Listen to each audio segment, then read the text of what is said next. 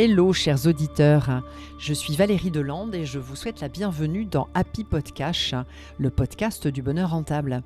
Je lance une nouvelle série d'interviews en compagnie de mes chers fêlés, entrepreneurs et inspireurs, pour explorer leur polarité et révéler peut-être de nouvelles vérités. Et pour inaugurer cette nouvelle série, j'ai l'immense privilège d'accueillir Peter Koenig. Alors Peter, tu es chercheur, auteur, conférencier international, créateur des principes sources et de l'écosystème Love in Business.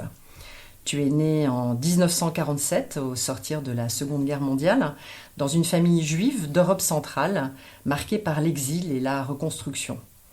L'histoire de ta lignée porte la mémoire des pertes, de la fuite, de l'incertitude, et avec elle une croyance subtile mais tenace: l'argent protège, l'argent sécurise, l'argent garantit la survie. Tes parents s'installent d'abord à Paris, puis à Londres. Tu grandis entre deux cultures, deux identités, deux manières d'être au monde. Juif mais sans pratique religieuse stricte, tu es baptisé chrétien à 12 ans, comme si la conformité sociale offrait une protection supplémentaire. Déjà une première tension s'inscrit. Qui dois-tu être pour être accepté ? Très tôt, tu révèles un talent naturel, créer de la valeur et la faire circuler. À 6 ans, ta mère t'initie au commerce. Tu achètes, vends, négocies. Avec ton frère, tu troques des oranges contre l'argent. Tu découvres le plaisir de l'échange, de la transaction, de la liberté qu'offre l'argent. Et le commerce devient ton terrain de jeu, mais aussi ton langage d'appartenance. Plus tard, tu t'orientes vers l'immobilier, puis une multinationale suisse te recrute pour gérer des portefeuilles immobiliers à l'échelle européenne. Tout y est, prestige, réussite, revenus conséquents. Au sommet de cette ascension, tu cumules jusqu'à 13 comptes bancaires, motivé par une croyance transmise par ta famille: quand j'aurai assez d'argent, je serai libre. L'argent devient ton objectif, presque ta promesse de salut. Mais quelque chose sonne creux. La réussite n'apporte pas la liberté espérée. Tu poursuis alors un MBA à Genève, et là, au détour d'un atelier expérimental par le corps et les émotions, 4 jours et demi de vérité, de courage, tu vis une expérience qui bouleverse tous tes repères. Un éveil spirituel, brutal, doux, total. Toi qui n'étais pas spirituel jusque-là, tu te réveilles un matin avec la sensation d'aimer et d'être aimé par tous, d'un amour inconditionnel. Ce choc intérieur devient un pivot existentiel. Fasciné, tu veux comprendre. Tu pars aux États-Unis pour rejoindre l'équipe qui a conçu cette méthode. Tu es habité par une énergie puissante et un désir clair: répéter, comprendre et transmettre cette expérience transformative. Tu commences par apprendre et tu proposes rapidement d'apporter ce travail dans le monde du business, révolutionnaire pour l'époque. Devant tant de convictions, le fondateur finit par accepter. Ensemble, vous accompagnez des dirigeants sur la vision, les valeurs, la mission de vie, la réalisation personnelle, du jamais vu dans l'entreprise des années 80. Mais après 3 ans, tu observes un phénomène qui te hante.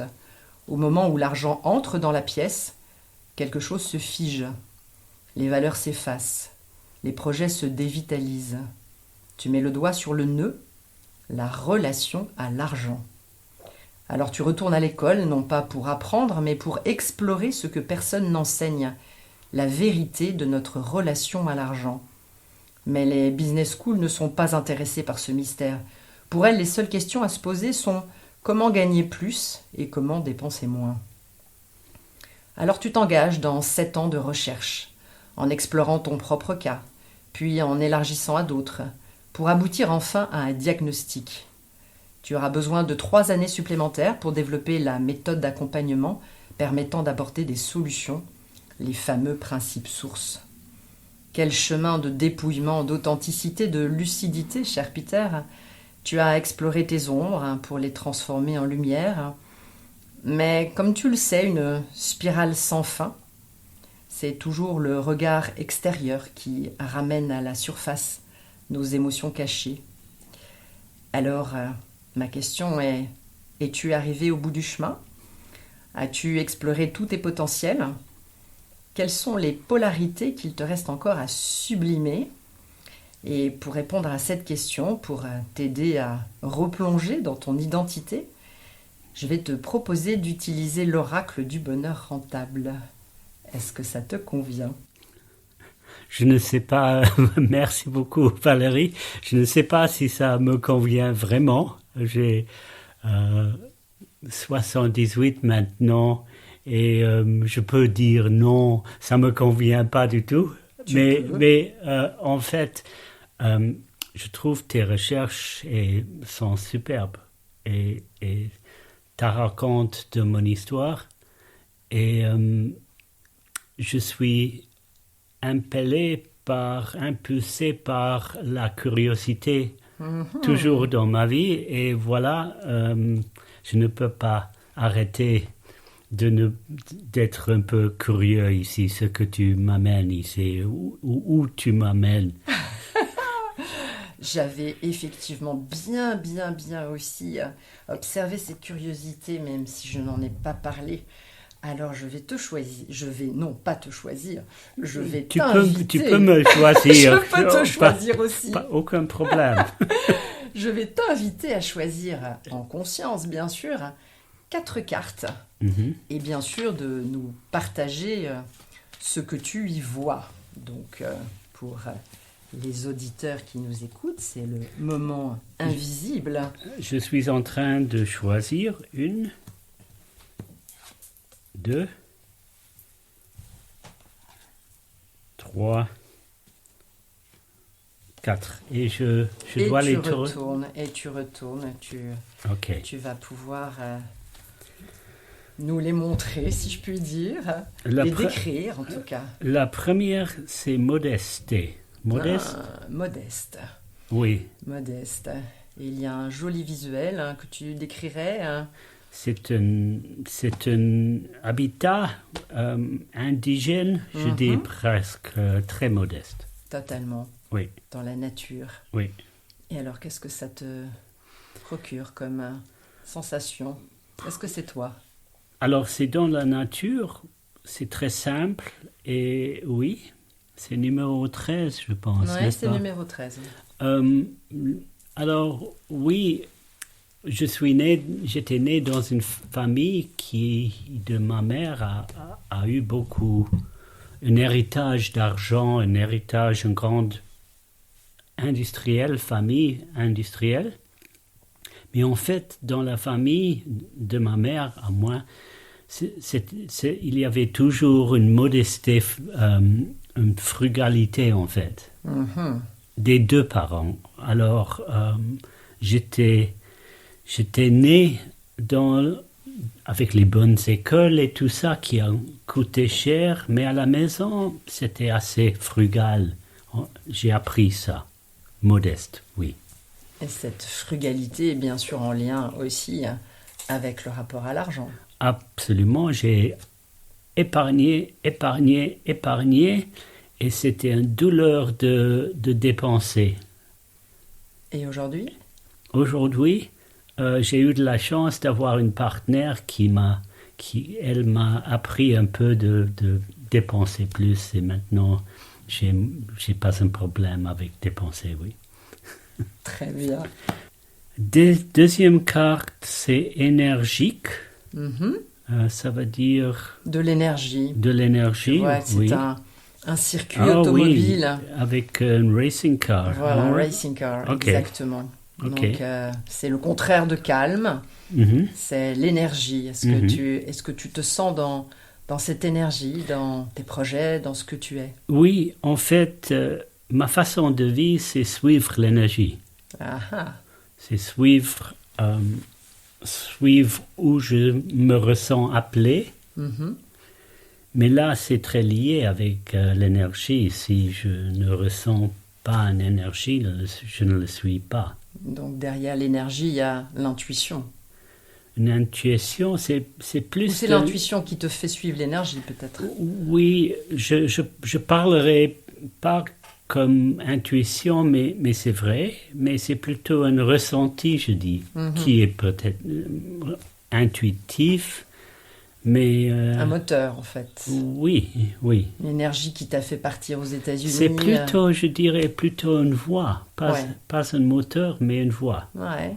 C'est la voix intérieure Plus invisible. Plus invisible, qui me dirige dans une direction d'énergie, je dirais, si je fais le lien. Avec modestie. Oui. Si je fais le lien. Troisième carte. Individualiste. Ah ah. Oui. Je peux me lier à ça aussi, clair. Alors, je décris peut-être, c'est une panthère oui. qui est donc un animal en train de réfléchir, qui est éliminé par la lune. Oui, éliminé par la lune et avec un œil que j'aime beaucoup, un œil qui est jaune, n'est-ce pas, avec le pupille qui est noir au centre. Mm-hmm. Et je pense peut-être c'est mes yeux. Donc tu te vois dans cette panthère.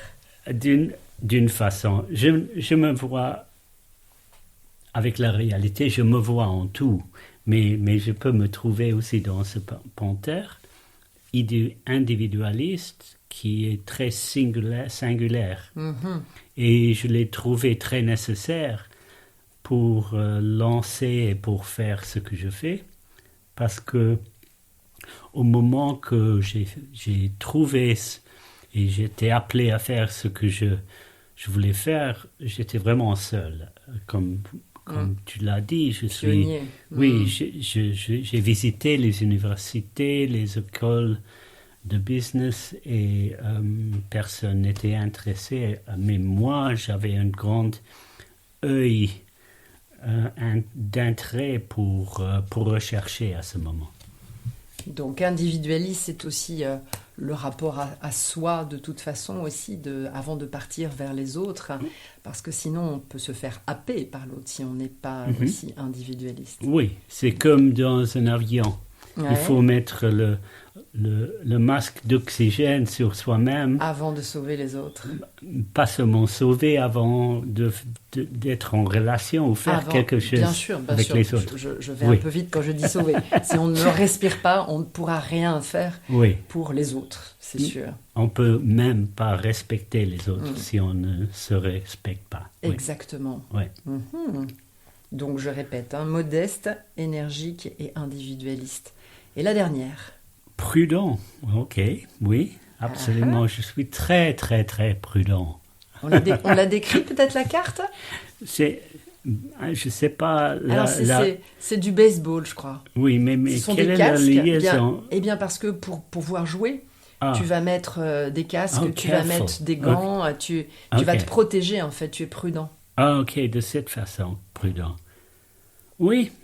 Alors, parfois, pas tout le temps, je dirais. Polarité. Oui. Et les deux masques sont blancs et sont noirs. Il y a une polarité là-bas. Déjà. Oui. Oui, c'est vrai. C'est très juste. Même dans les gants, ils n'ont pas tout à fait, tu vois, il y en a un blanc avec une bande et l'autre... oui, c'est vrai. Donc, il y a effectivement une polarité dans la carte. C'est juste. Oui. Mais oui, j'ai un côté qui est prudent, c'est absolument clair. Mais pas seulement. Il y a cette polarité aussi.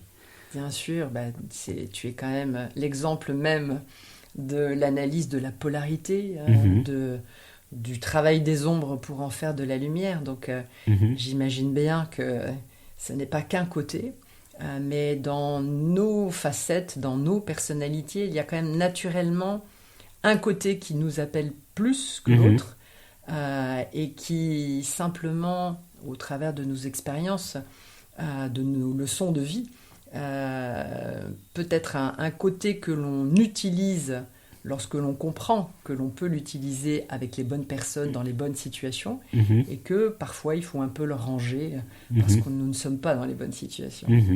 Je pense, en réfléchissant naturellement, je viens comme tu as dit, d'une famille en exil.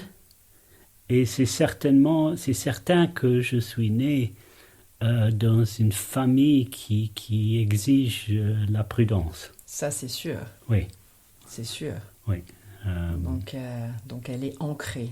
Oui, c'est ancré à quelque part en moi, c'est vrai. Bien Oui. sûr. Et je pense qu'on a tous des héritages comme ça et des besoins d'aller voir et explorer l'opposé, Mhm. parfois de façon un peu imprudente d'ailleurs, sans en être conscient.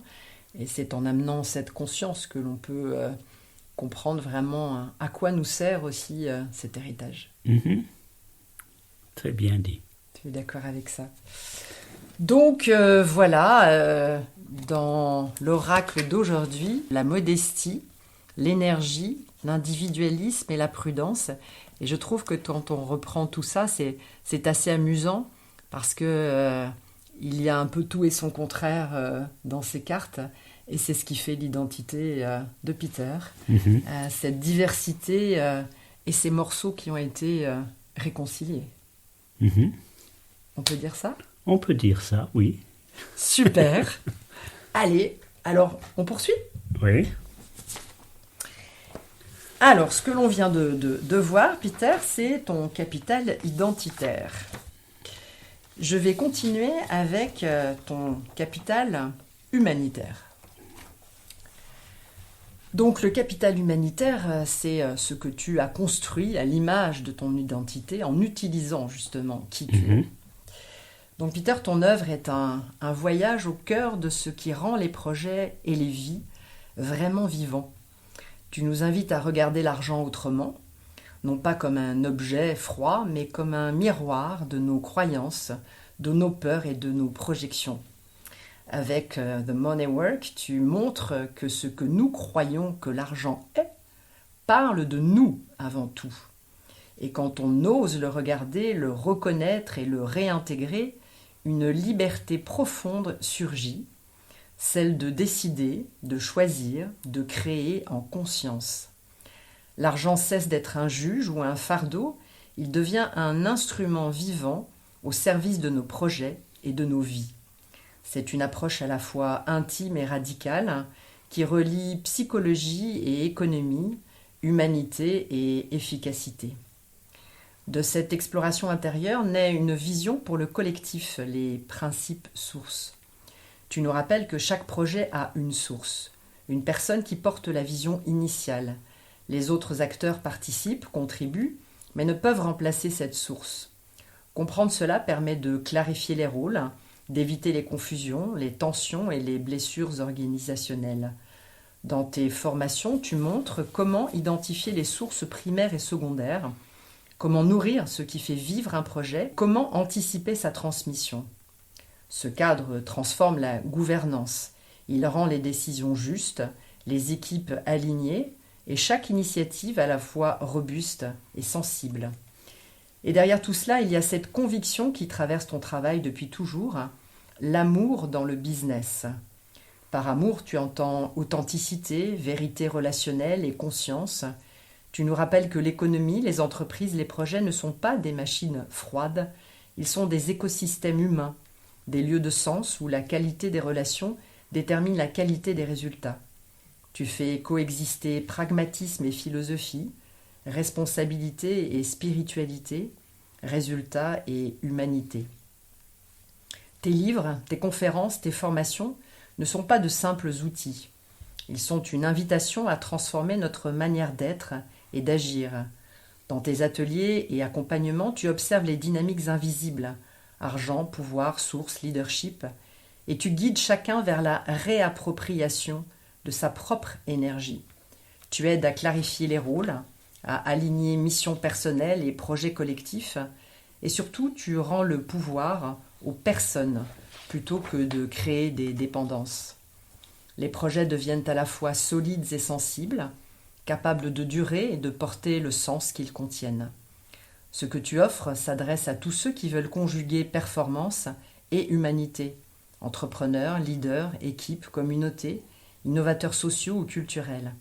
Tu montres que la richesse véritable n'est pas seulement financière, elle est relationnelle, consciente et profondément humaine.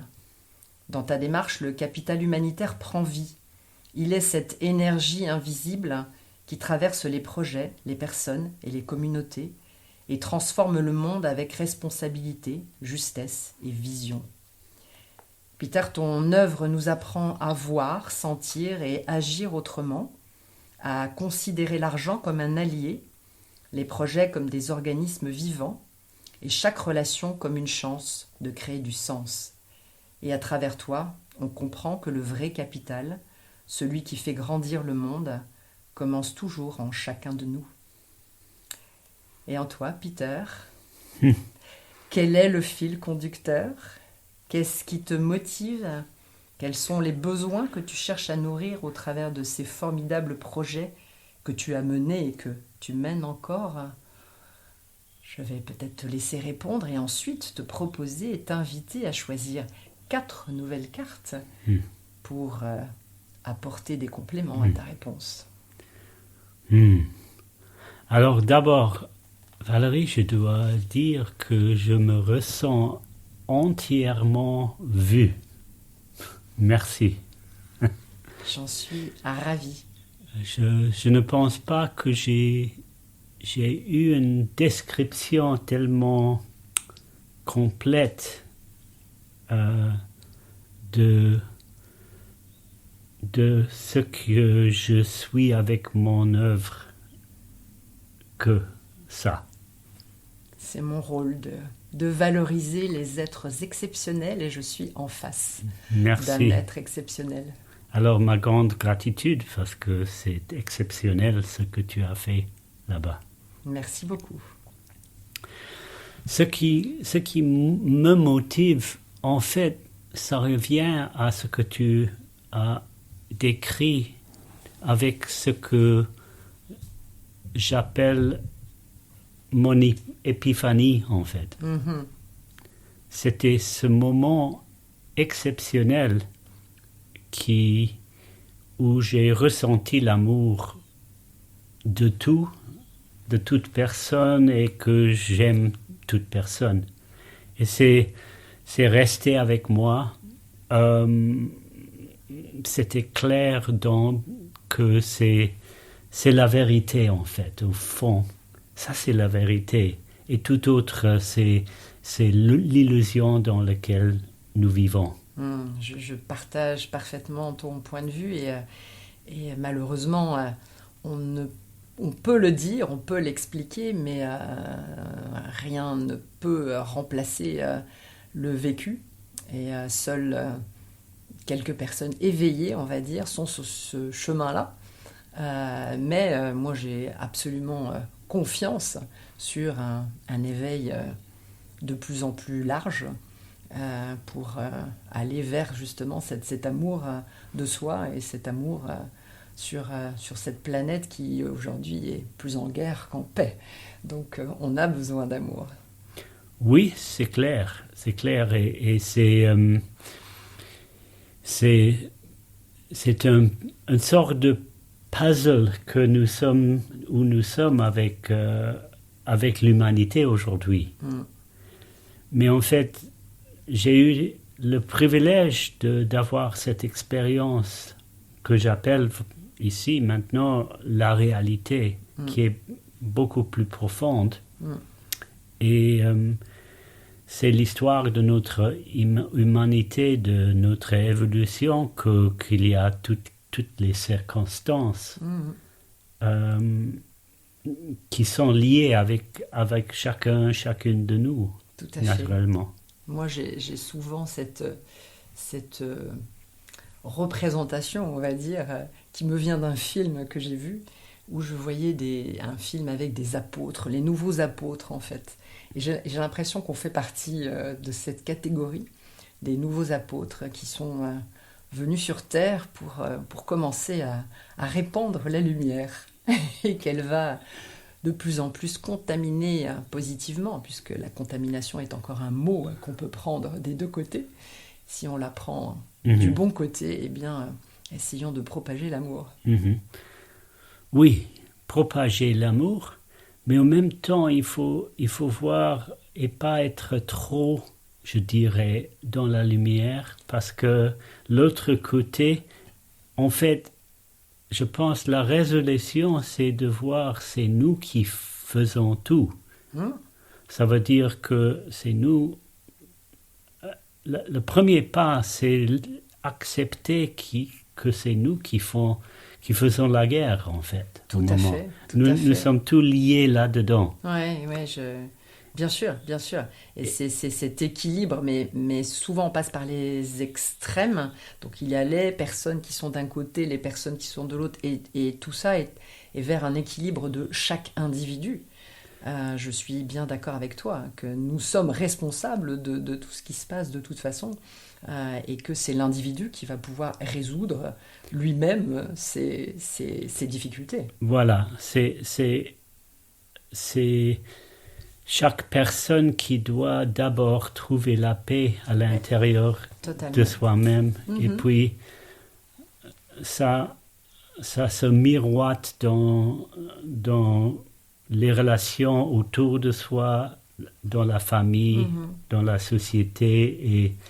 Mais donc, c'est un long chemin pour le moment. C'est un long chemin, et c'est pour ça que moi je m'adresse souvent aux fêlés, parce que ces fêlés qui ont des blessures et des fêlures ont à un moment donné eu un incident de parcours, on va dire, plus ou moins fort, qui réveille cette lumière et qui les amène sur ce chemin de vérité, d'équilibre, et qui va permettre justement de parler d'identitaire, d'humanitaire, et puis bien sûr de monétaire, parce que nous sommes sur Terre, et qu'il y a une matérialité pour pouvoir faire des choses aussi et qu'elles grandissent. Je vais revenir à mes cartes pour repartir sur ta motivation. Encore 4. Avec 4 cartes. S'ouvrir aux opinions. S'ouvrir aux opinions. Avec plein d'oiseaux qui sont en collectif dans un arbre, en train de chanter. Est-ce que c'est quelque chose, voilà, la question était dans tes motivations profondes, tes besoins, qu'est-ce que tu nourris comme besoin avec tous ces projets? Alors s'ouvrir, c'est être à l'écoute pour moi.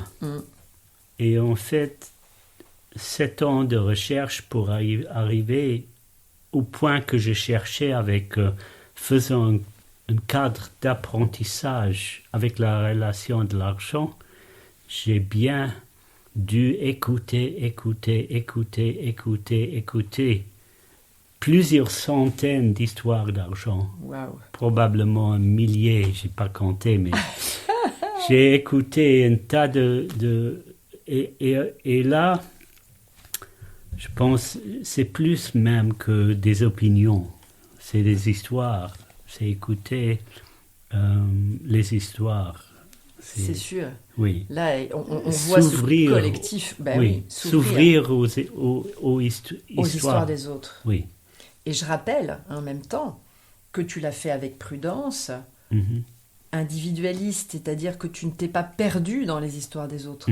Il faut être ancré pour pouvoir effectivement écouter de l'énergie, pour interroger toutes ces personnes, et toujours de la modestie pour écouter tout ça. Ça va bien avec, je trouve. Deuxième, c'est sécurité. Un joli petit nid avec des œufs qui est un besoin de sécurité. Alors, ça c'est en mon œuvre avec l'argent, c'est la qualité ou le besoin, tu as parlé de besoin, le plus fort exprimé dans mes séminaires. Peut-être c'est occidental, mais je pense pas seulement dans notre culture. La liaison avec l'argent, c'est plutôt la sécurité, suivi par la liberté, suivi peut-être par le pouvoir. Mais la sécurité, c'est évident. Et j'habite en Suisse. Là, les Suisses sont les rois et les laims, les champions avec ça. Absolument. Je pense, j'ai recherché une fois, il y a longtemps, mais je pense que c'est encore au présent que les Suisses paient plus chaque année pour l'assurance que pour manger. Ah oui. D'accord. Oui. Donc, une assurance vie, une assurance maladie, de l'assurance voiture, partout en fait. Partout. Où est-ce qu'on met de la sécurité Oui. Oh là là. Oui. Et ce qui est, enfin, si je peux me permettre, moi je raisonne un peu comme ça. En tout cas, je pense que ces besoins qui sont bien sûr les tiens, mais comme c'est dans ton œuvre, c'est ce que tu amènes aussi aux autres. Avec cette conscience de l'ouverture aux opinions et finalement une sécurité intérieure. Oui et non. Au plus profond, oui. Mais il faut passer par l'insécurité. Bien sûr. Parlons. Ça veut dire que j'assiste les personnes à avoir des aventures insécures. Mm-hmm. Et peut-être là, trouver leur sécurité. C'est ça, totalement. Ces polarités qui sont dans des extrêmes et qui permettent de réaliser aussi, justement, l'importance. Prendre la risque. Eh bien sûr, oser prendre un risque, parce que sinon on ne fait rien dans la vie. Oui, exactement. Troisième point. Contrôler les interactions. Intéressant ça. Contrôler les interactions. Ouais, c'est un peu, un peu l'opposé de s'ouvrir aux opinions. Oui. Là, je ne suis pas si conscient de contrôler les interactions.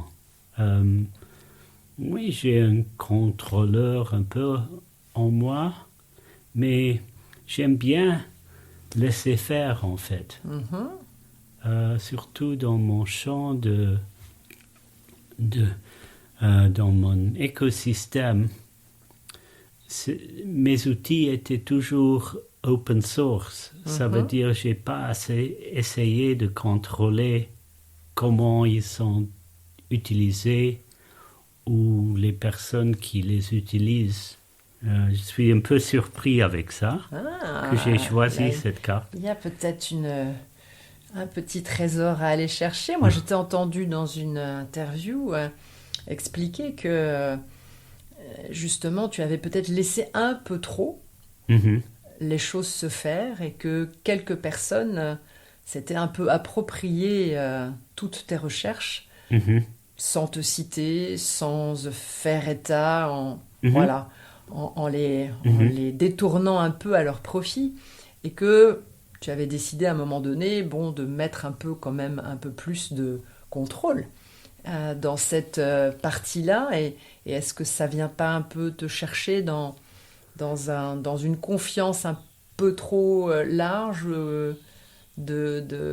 Peut-être j'ai un peu plus de travail de faire en cette direction. C'est ça que je suis en train de dire. Parce que même les personnes dont tu parles,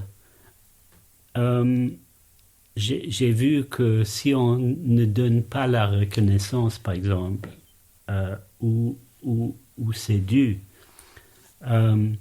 les personnes devient les échecs en fait avec ça. Alors j'avais pas grand souci au niveau, à ce niveau, mais peut-être il y a encore pour moi à faire de devenir encore plus un contrôleur. Je vais réfléchir sur ça. Peut-être à ramener avec l'individualiste de tout à l'heure, l'énergie, voyons ce que ça donne au total. Merci. Allez, en tout cas, ça c'était, on l'a pas décrit, mais c'était un casque de chantier, un architecte avec des plans. Voilà. Et alors la dernière. C'est beau. C'est quoi? C'est un escalier. C'est un dans la jungle en fait. Oui. C'est un, comment on dit, une espèce de pont suspendu avec des marches et des trous entre les marches et qui vise à un besoin de responsabilité personnelle. Responsabilité personnelle. Oui. Alors ça, je peux me lier très bien avec ça. Je prends vraiment mes responsabilités, je pense. Oui, parce que là, derrière le besoin de responsabilité personnelle, c'est vraiment le besoin d'assumer pleinement les choix que l'on fait, les personnes que l'on emmène avec soi. On en est responsable, en fait. j'avais la chance d'être dans une école entre 13 et 17, où j'avais l'esprit ou la culture, les valeurs dans cette école, c'était la liberté. Et qui était donné avec ça, c'était la responsabilité. Bien sûr. On ne peut pas être libre sans la responsabilité. Ça veut dire nous étions laissés dans une école assez libre, mais il y avait toujours une voix derrière. On vous laisse la liberté, mais faites attention. Ouais. À cette époque, c'était pas permis de fumer. Mm-hmm. Et les garçons qui étaient trouvés étaient jetés de l'école. Ah. Mais si on n'était pas trouvé, c'était OK. C'est ça. Faites vos expériences. J'ai jamais fumé moi-même, mais j'ai su. Alors, on peut fumer, mais prends la responsabilité pour l'expérience. Si vous êtes trouvé, vous allez être jeté de l'école. Tout à fait. Et ces messages étaient très importants pour moi. Alors, vous êtes libre. Prends ta liberté, mais n'oublie pas ta responsabilité. Ça m'a beaucoup parlé. Et ça non seulement ça t'a parlé, mais tu l'as totalement ancré, parce que ton modèle, c'est ça. C'est ça. C'est prenez votre liberté, oui. Prenez vos responsabilités, vous pourrez accéder à la liberté, oui. Mais prenez vos responsabilités. Oui. Le petite difficulté parfois, c'est de choisir à qui on dit ça et d'attirer, lorsqu'on n'est pas encore complètement bien en maturité, là tu l'es parfaitement, hein, mais quand on est sur un chemin avec un projet, forcément on tâtonne un peu et parfois quand on n'a pas totalement tout nettoyé, on attire encore des personnes qui viennent prendre, pas la responsabilité, mais prendre. En prenant justement beaucoup de liberté avec les méthodes. Mais c'est pas vraiment la liberté à ce moment. Ah non, bien sûr que non. Mais je joue là sur le mot. Oui. Mais c'est évidemment, je comprends bien. Et moi je dis souvent que il faut installer un cadre pour pouvoir être créatif à l'intérieur. Mm-hmm. C'est ce que tu décris. Oui. C'est qu'il y a effectivement des règles, il y a des choses, on est dans un environnement. Vous prenez vos responsabilités d'enfreindre les règles, de les suivre, de faire un peu votre liberté à l'intérieur. Et ça, c'est pour moi un cadre idéal pour la créativité. Un peu le rond dans le carré, comme on dit aussi, pour pouvoir s'exprimer, mais avec finalement un espace de sécurité. Exactement. Tu le décris très bien. Merci. Bien, alors nous avons maintenant nos 8 cartes et nous allons passer à la dernière partie qui est le capital monétaire. Alors Peter, je te propose maintenant de savoir comment justement se construit et comment il circule ce fameux capital monétaire. Alors nous l'avons compris pour toi, l'argent c'est le miroir de nos croyances, le révélateur de notre conscience, le témoin de notre relation à la valeur. Peu importe sa forme, classique, virtuelle, crypto-monnaie, ce qui compte, c'est l'intention qui l'accompagne, l'amour et la conscience avec lesquels il circule. L'argent est un fluide vivant, il nourrit les projets, honore la source, soutient la création collective. Dans ton modèle, tu ne travailles pas dans une structure figée avec des statuts et de la bureaucratie, tu travailles en ton nom propre et tu coopères avec des personnes dans un écosystème que tu appelles un champ. Le but est que chaque personne soit dans l'amour de ce qu'il fait, en contact avec sa source, son but de vie. C'est aussi la condition pour que l'argent soit fluide.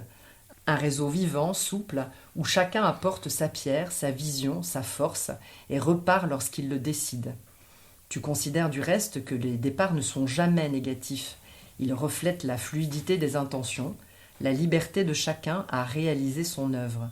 Car cet espace est un lieu d'expérimentation continue, de découverte de soi, d'une sorte de co-entrepreneuriat où l'on donne et reçoit, où l'on se soutient mutuellement, où chaque contribution est vivante, nourrissante et valorisante. Ton regard sur les systèmes financiers lui-même est plein de lucidité et de gratitude. Tu considères qu'il nous structure et nous relie, même s'il porte aussi ses limites, écologiques, sociales, humaines. Nous sommes tous liés à ce cadre que tu proposes d'honorer avant de chercher à le transformer. Toute innovation part de cette reconnaissance. La peur et l'incompréhension bloquent la circulation consciente de l'argent. Apprendre à ne plus craindre l'argent, à l'aimer, c'est permettre d'étendre la circulation de la valeur et créer les conditions d'un changement durable. Alors Peter, je vais te proposer de jouer une dernière fois avec l'oracle, mais peut-être veux-tu réagir à cette dernière partie du capital monétaire. Merci. Oui, pour être honnête, ça représente ma philosophie totale et je dois admettre en pratique, c'est un vrai challenge. Je pense que dans mon champ, nous sommes plus avancés que dans tout autre champ que je vois ou toute autre entreprise. Mais dans la pratique, il y a beaucoup de travail encore à faire. Et nous utilisons très souvent quelque chose qui s'appelle un jeu de Happy Money Story entre nous pour faire la fluidité entre nous avec l'argent. Et ça relève naturellement des émotions. Parfois, c'est pas tellement fluide, parfois, mais c'est très important de faire ces expériments, je pense, au même temps que ces expériments nous assistent dans la croissance aussi, avec notre relation avec l'argent et entre nous. Et ça, c'est ce qui est important pour moi. Je ne prétends pas la perfection, mais j'insiste surtout avec mes praticiens sur l'aspiration et la continuation de se développer avec argent, pas seulement avec argent, mais certainement avec l'argent qui coule entre nous. Bien sûr, mais disons que l'argent est encore un moyen, comme tu le dis, de se voir, de se comprendre. On a déjà le miroir de l'autre qui nous fait comprendre dans la relation comment on se comporte, qui l'on est, ce qu'on a à travailler. Et l'argent est un autre miroir à appréhender et qui est totalement lié aussi avec nos personnalités, notre socialisation, nos histoires de famille, nos expériences. Et bien sûr, la confrontation avec l'autre, c'est un peu le défi, surtout si on n'a pas pris justement ce temps de travail personnel. On est dans cette confrontation forte parce qu'on a positionné cet instrument comme un instrument qui était représentatif d'un pouvoir peut-être, alors que le pouvoir, c'est nous qui l'avons. C'est notre empowerment, d'être justement les maîtres de notre destinée et de simplement avoir cette monétisation, cet argent, cette fluidité pour pouvoir avancer justement dans ces projets, car comme tu le dis aussi dans d'autres interviews, c'est évidemment un fluide qui a été inventé pour faciliter à la base. À la base, je pense ça. C'est pas tous les historiens qui pensent ça, mais moi, je pense... Moi, je pense aussi. Oui. Disons que le troc, on le revoit beaucoup maintenant, le troc, mais c'est une forme aussi, finalement, d'échange d'argent. Mais devenait plus complexe et c'était bien d'avoir un référent, quelque part, qui mette un peu tout le monde d'accord. Et après, eh bien, aujourd'hui, il est plutôt source de désaccord. Encore, oui. Alors, justement, ce lien entre l'argent et nos personnalités, eh bien, je vais, comme je te disais tout à l'heure, maintenant te donner, moi, quelques cartes, parce que tu as remarqué qu'il y avait des couleurs sur les cartes que tu as tirées et que chaque couleur, en fait, correspond à une couleur de la spirale dynamique. Je crois que c'est un modèle que tu connais bien. qui est aussi un modèle justement d'éveil d'éveil de la conscience. Et moi, j'ai créé 8 profils monétaires en lien avec la personnalité, les motivations, et justement ces 8 niveaux de conscience. Et généralement, nous avons 3 ou 4 profils. Et la clé est exactement la même que dans ton modèle. Elle consiste à se les approprier pour pouvoir d'abord les observer, les aimer, et puis bien sûr les intégrer et décider en conscience de les utiliser ou bien de pouvoir aussi observer des changements et des évolutions si on a compris sur quoi justement ils reposent en termes beaucoup plus profonds de nos personnalités. Donc l'intention, ici, c'est encore une fois de te faire moi un petit feedback sur tes profils et de pouvoir peut-être accélérer le déploiement de ton champ, le connecter à d'autres champs. Je sais que c'est aussi un sujet. Et puis te permettre de savourer l'impact de ta contribution sans en rester dépendant. Car c'est aussi un point. Alors, ici, tu vois qu'il y a 3 rouges. 3 rouges, oui. Le rouge du pouvoir. Mais le pouvoir, c'est l'empowerment. C'est l'action, c'est la capacité à bouger. Ensuite, il y a 2 bleus. Là, on est dans l'ordre. Donc, il y a un ordre important. Et puis, le haut de la pyramide, c'est bien sûr le systémique jaune et l'holistique, le turquoise. Et on a un petit côté orange dans l'individualiste. Donc, le premier ou les 2 premiers qui viennent, le premier qui te caractérise, eh bien, c'est le culpabiliseur, parce que c'est celui qui a le plus justement de rouge ici, bien qu'il n'y ait pas justement le bleu, mais on retrouve le jaune, l'orange et l'holistique. Donc je vais peut-être d'abord te laisser réagir. Qu'est-ce que tu vois dans ce petit culpabiliseur qui est un petit chat, culpabiliseur, c'est la vis-à-vis de l'argent. Donc ton comportement, c'est culpabiliseur. Comment tu l'interprètes? C'est pas, je ne le vois pas comme coupable. C'est lié à l'argent? Ouais. Le culpabiliseur, en fait, c'est celui qui oppose la morale et l'argent. Il a cette division, en fait. Il n'aime pas finalement parler d'argent. Il aime être dans l'humain, il aime être quelqu'un de bien, quelqu'un de juste. Et il trouve que l'argent vient empêcher l'humain, finalement, d'être quelqu'un de bien. Je trouve difficile à me lier avec ça. Je pense que je ne le fais pas, que l'argent est coupable. C'est l'opposé, en fait. C'est l'opposé que tu... Alors, peut-être qu'il y a une ombre là-dedans. Peut-être. Qui effectivement a un sous-jacent de cette opposition dans le monde, en fait. Puisqu'il y a bien dans le monde ces 2 catégories de personnes qui, souvent, justement... On a beaucoup d'organisations qui sont défenseuses de l'humanité et ne veulent pas entendre parler d'argent. Et de l'autre côté, il y a ceux qui sont pleinement dans l'argent et qui ne sont dans le rejet de l'humain. Donc peut-être que le culpabiliseur a cette dualité qu'il essaie de réconcilier. Je ne sais pas. J'essaie de voir ce qui peut être en lien avec... ce que ça vient te dire, ou est-ce que c'est un... Alors, le seul endroit que je peux penser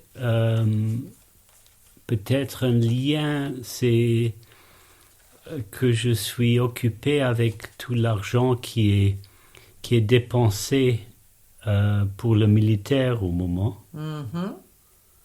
Mais je ne mets pas la culpabilité sur l'argent pour ça, ou même pas sur les autres personnes. Je ne mets pas une culpabilité à quelque part, je pense. C'est pour ça que j'ai un peu une difficulté à me lier à te ça. se lier. Oui. Mais c'est intéressant, certainement. Il y a peut-être... Et c'est bizarre, cette image d'un chat avec... Qu'est-ce qu'il y a avec ses un yeux? petit chat qui est un peu, tu vois, comme...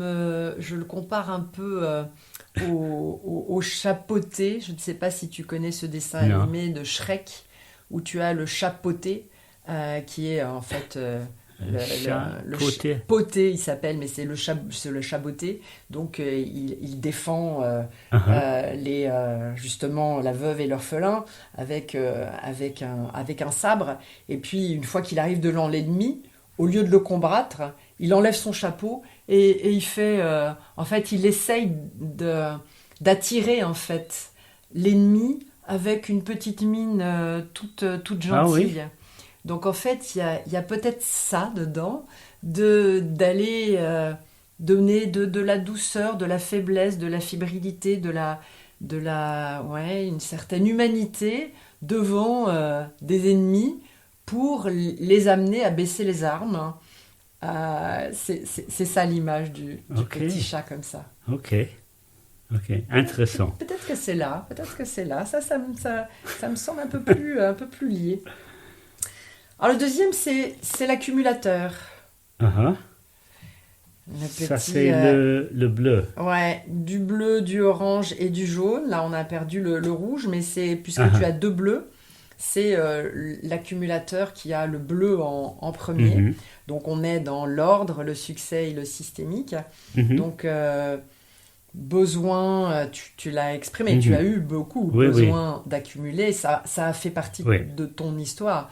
Donc ça fait partie de ce que tu as appris et je te laisse, d'ailleurs je parle à ta place, donc je te laisse commenter. Non, tu peux continuer.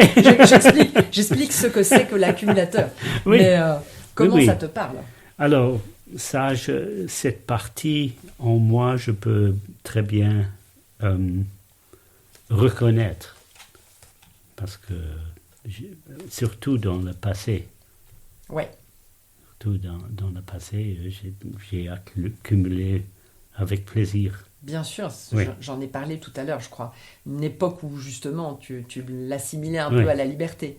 Et comme je disais, ce sont des profils, je ne suis pas en train de te dire, voilà, tu es accumulateur et point. Ce sont des profils qui font partie de nous. Et lorsque l'on a justement une acceptation, comme je disais tout à l'heure, une appropriation, alors bien sûr... On les met en œuvre d'une façon beaucoup plus juste. Donc celui-ci, oui. Le troisième, c'est le travailleur, qui a encore aussi de l'ordre du succès, et le vert, là. Ah oui, ok. Oui, ça, je peux m'identifier avec ça, oui. Oui, très bien. Avec comment il s'appelle? Un petit castor, en fait, effectivement, je n'ai pas commenté, c'est un petit castor qui est en plein travail dans la forêt, en train de couper ses rondins pour faire sa maison. Oui. Donc, il travaille. Et alors, le travailleur, il a une loyauté familiale, en fait. Dans son inconscient, il a une forte loyauté. J'ai toujours vu mes parents travailler, donc je ne peux pas me permettre de ne pas travailler et d'être simplement libre et heureux sans travailler. Ça n'est pas possible. L'accumulateur, il a peur de l'insécurité. Ok. Oui, ça parle. Et puis évidemment, le dernier, c'est l'inspireur, qui a le jaune, le bleu turquoise et le rouge, qui est bien celui qui a parfaitement intégré que l'argent est une énergie qui circule. Et qu'il est là justement pour accomplir sa mission et que quoi qu'il fasse, il y aura toujours de l'argent qui viendra au bon moment quand il en aura besoin. Et ça, c'est le lion. Et c'est le lion. Lion, le roi. C'est le roi des animaux. Oui. Est-ce que tu es le roi des animaux? Oui, absolument. Mon nom, c'est König ces rois. Mais bien sûr, mais suis-je bête? On finit avec la carte qui te caractérise le plus. Et de toute façon, c'est tout un parcours. Tu vois, le culpabiliseur, il est en bas de la spirale. C'est lorsqu'on n'est pas encore tout à fait éveillé. L'accumulateur est aussi plutôt en bas. Hein. Il a beaucoup de bleu et d'orange. Le travailleur, on monte. Il commence à avoir du vert et de l'harmonie. Et tout en haut, bien sûr, on a l'inspireur. Ok. Voilà. Eh bien, Peter, nous arrivons à la fin de cet entretien. Merci. Je te remercie infiniment d'avoir accepté de te prêter au jeu du bonheur rentable. J'espère que tu as passé un beau moment et que cette expérience, sait-on jamais, contribuera à nourrir ton champ. Ce qui est sûr, c'est que tu as nourri le mien. Je pense être sur le même chemin que le tien et je serais très heureuse d'ailleurs de continuer à explorer nos similarités et nos complémentarités hors du champ de ce podcast. Est-ce que tu as un dernier message à transmettre avant de conclure? Alors, seulement gratitude, surtout pour ce que tu as recherché et formulé dans cette interview que tu as fait la lecture, mais je trouve que c'est formidable.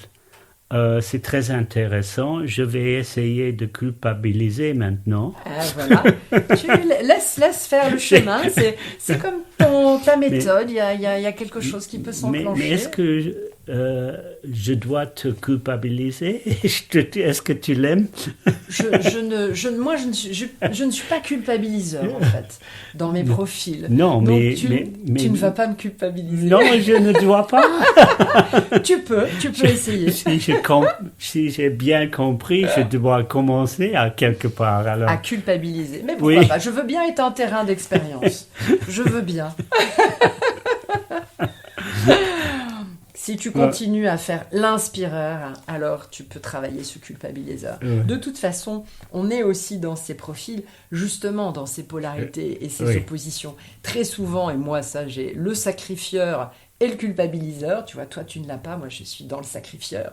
Et c'est un peu l'inverse finalement d'une même pièce. Oui. Mais je vais te dévoiler les autres hors antenne, pour que tu ne sois pas frustré par rapport à mon jeu, parce qu'il y a encore 4 cartes. Mais je ne dirai rien au micro. Eh bien, merci beaucoup, Peter, de cet chaleureux entretien. Et merci à toi, cher auditeur, de nous avoir écoutés. J'espère que nous avons réussi à t'inspirer. Si tu as envie d'en savoir plus sur Peter, eh bien, il suffit de surfer sur Internet. C'est très facile, il y a plein de vidéos à regarder. Et si le bonheur rentable t'intéresse, eh bien, malgré tout, tu peux aussi m'y trouver ou me contacter. En attendant, je te donne rendez-vous dans un mois avec notre prochain fêlé. À très vite. Au revoir, Peter. Au revoir. Merci de nouveau, Valérie. Je suis Valérie Delande, créatrice et animatrice du concept de bonheur rentable.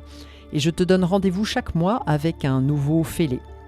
Tu peux également retrouver l'intégralité des épisodes d'Happy Podcast sur mon site erigé.com, E-R-I-G-E-T, ainsi que sur tes plateformes de diffusion préférées.